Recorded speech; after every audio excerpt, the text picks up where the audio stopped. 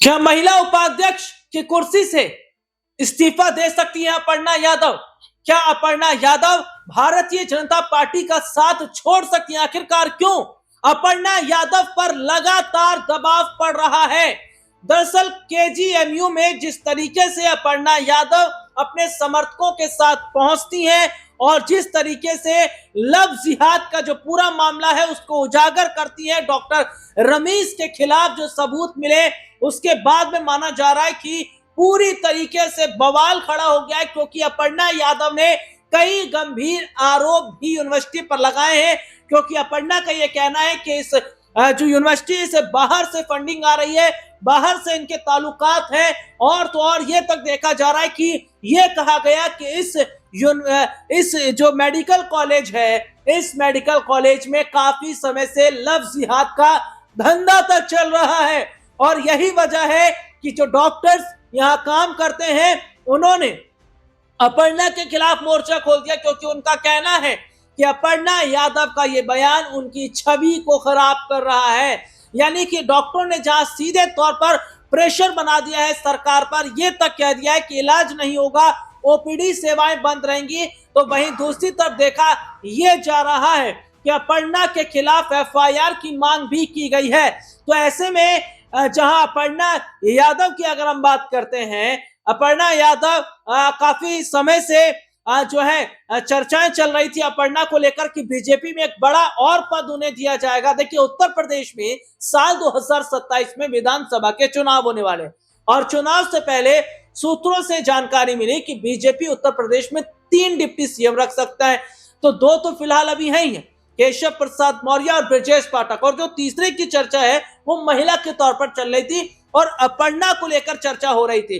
तो यहां पर देखा जा रहा है कि यूपी के विधानसभा चुनाव से पहले अपर्णा यादव पर गाज गिर गई है, और डॉक्टरों ने जिस तरीके से अपर्णा के खिलाफ मोर्चा खोल दिया है, इससे अपर्णा की जो मुश्किलें हैं वो बढ़ती नजर आ रही है। बहुत मुश्किल से अपर्णा यादव को एक पद दिया गया था महिला उपाध्यक्ष का, और लगता है ये पद भी उनके हाथ से जाता नजर आ रहा है। हालांकि अपर्णा यादव जो है वो अभी कुछ स्पष्ट नहीं कर रही है, लेकिन ये देखा जा रहा है कि डॉक्टरों ने जिस तरीके से सरकार पर दबाव डाल दिया उसके बाद में मुश्किलें योगी सरकार की बढ़ रही है। सरकार का आदेश अगर आता है तो अपर्णा यादव को महिला उपाध्यक्ष की कुर्सी छोड़नी पड़ेगी, उन्हें महिला उपाध्यक्ष का जो पद है वो छोड़ना पड़ सकता है। यानी कि इस वक्त बुरी फंस गई है अपर्णा यादव। तो वहीं दूसरी तरफ समाजवादी पार्टी की तरफ से अपर्णा यादव को ऑफर दिया जा रहा है।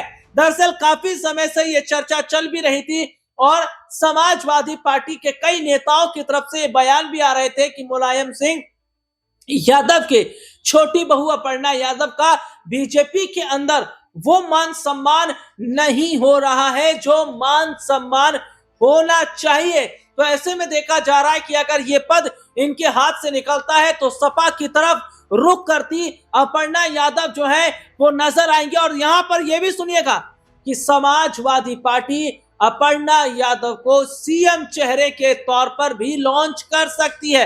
न सिर्फ महिला कार्ड यहां पर खेला जाएगा, बल्कि यह तक देखा जा रहा है कि अपर्णा को एक बड़ी जिम्मेदारी समाजवादी पार्टी दे सकती है। देखिए, डिंपल को लेकर इसलिए नहीं किया जा सकता क्योंकि डिंपल सांसद है, और अखिलेश खुद सीएम यहां नहीं बनते नजर आ रहे क्योंकि वो भी एक सांसद है। तो वो ये सोच रहे हैं कि मतलब चौतरफा कब्जा किया जाए, संसद में भी जो है वो उपस्थित रहे, उनकी पत्नी उपस्थित रहे, दूसरी तरफ उत्तर प्रदेश को संभालने के लिए परिवार का ही एक सदस्य रहे। तो यहाँ पर अपर्णा यादव को लेकर जो चर्चाएं चल रही है, ऐसे में माना जा रहा है कि क्या अपर्णा यादव अगर समाजवादी पार्टी की तरफ रुख करती हैं तो उनका रुख करना ये समाजवादी पार्टी के लिए और उनके लिए बेहतर होगा, क्योंकि समाजवादी पार्टी के तरफ से तमाम दावे जो है वो किएगा। और सबसे बड़ी बात, जो केजीएमयू का मामला है, इस मामले में समाजवादी पार्टी ने अभी तक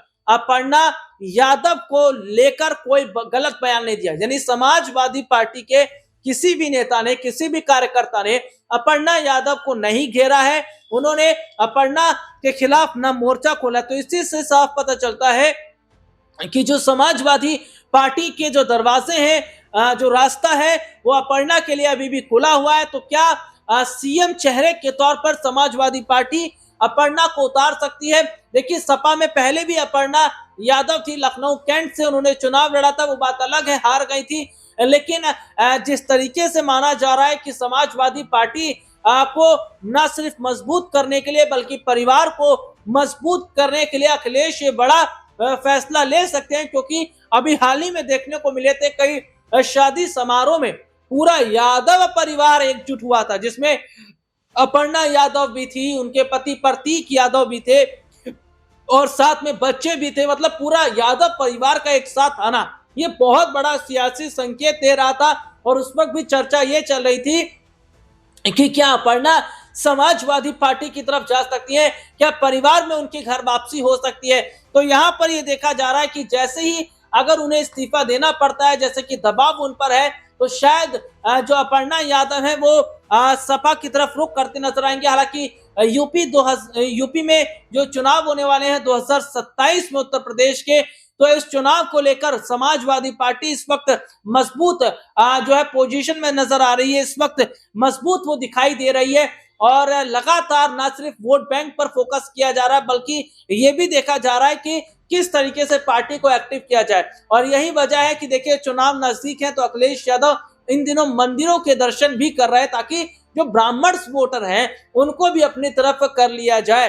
तो समाजवादी पार्टी के जो प्रमुख अखिलेश यादव वोटर्स पर जिस तरीके से फोकस कर रहे हैं, वोट बैंक पर जिस तरीके से फोकस कर रहे हैं, इससे पूरी तस्वीर जो है वो पलटती नजर आ रही है। अब यहां पर देखना होगा कि मुलायम सिंह यादव की छोटी बहू अपर्णा भी अगर सपा की तरफ चली जाती है तो ये बीजेपी के लिए झटका रहेगा, क्योंकि बीजेपी अपर्णा यादव का इस्तेमाल करती है, क्योंकि उनका यह कहना है कि मुलायम सिंह यादव की छोटी बहू अपर्णा को जहां सम्मान सपा ने नहीं दिया, हम देंगे। तो इस वजह से जो यादव का वोट बैंक है वो भी कहीं ना कहीं बीजेपी अपर्णा के जरिए खींचने का काम करती है। तो अब ऐसे में देखना होगा कि मुलायम सिंह यादव की छोटी बहू अपर्णा यादव क्या बीजेपी में रहेंगी या सपा की तरफ रहेंगी, चली जाएंगी, क्योंकि बीजेपी में रहते हुए वो खुश भी नहीं है, क्योंकि एक छोटा सा पद ही उन्हें दिया गया है और उनकी जो अपेक्षा थी वो इससे ज्यादा थी। हालांकि ये तक सामने आया था कि वो चुनाव तक लड़ना चाह रही थी, लेकिन ऐसा नहीं हुआ, पार्टी की तरफ से टिकट तक उन्हें नहीं दिया गया। तो यहां पर यह देखा जा रहा है कि क्या अगर ये पद भी वापस ले लिया जाता है तो अपर्णा यादव आने वाले वक्त में सपा का रुख करती नजर आएंगी। फिलहाल आज के इस प्रोग्राम में इतना ही, आपसे फिर दोबारा मुलाकात होगी, तब तक के लिए इजाजत दीजिए, नमस्कार।